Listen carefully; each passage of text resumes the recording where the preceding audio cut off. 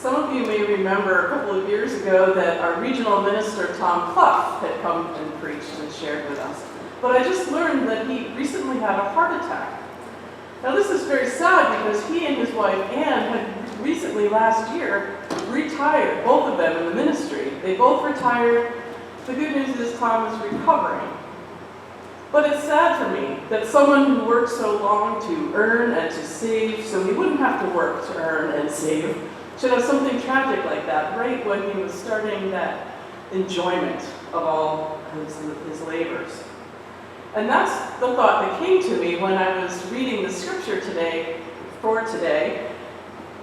about the parable of the rich man who had a farm and all his stores that he was saving up for the future that would now be wasted.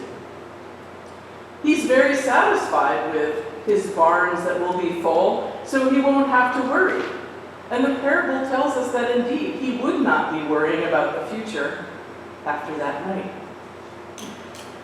How many of us know stories like this? Of folks who worked long and hard, were good at their jobs, and then were going to go off on retirement, yet in the end didn't have time to enjoy the fruits of their labors. I think of my own dad. In his retirement, was diagnosed with leukemia, and he died at age 69. I'm grateful that he was able to do the things he loved, though, while he worked, and in that short bit of retirement he had, building for Habitat, umpiring baseball games, and singing in the church choir. But it's not long enough. The rich farmer, unfortunately, wasn't like that, though. We can picture him toiling away every day and meant for many years to store up all that he had. His sole focus was on more and more and more. Just a little more.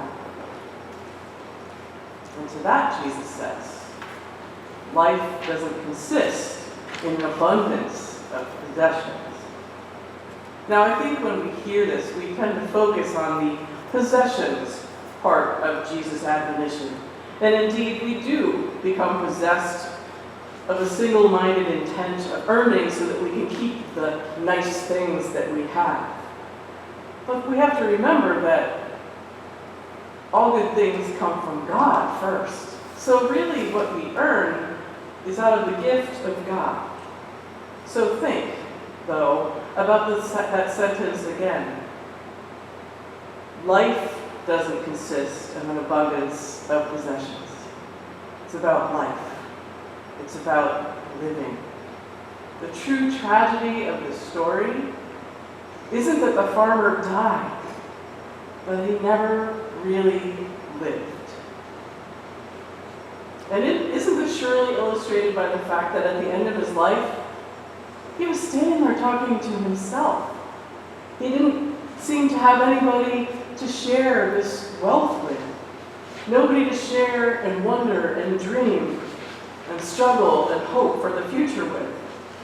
Maybe if he had cultivated family or a circle of friends along with his productive crops, even though he died, he would have done so knowing that he'd done something that mattered with his riches that were his to steward in this life now for God's gift.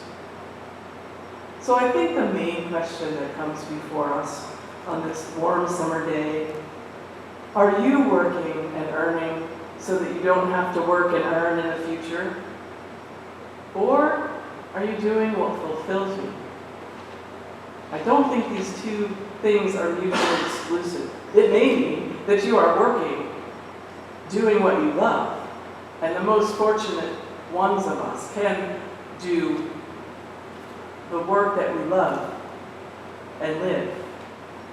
I also think that we are fortunate because we have a community right here with whom we can wonder and dream and plan. Whether we live alone or whether we have an enormous family, we can wonder and plan and hope and figure out how we can utilize the gifts that God gives us. So what God offers first for us is life. It's up to us to claim it and to share it and living. Let us keep this in our minds when we come to the bounteous table of God's grace this morning.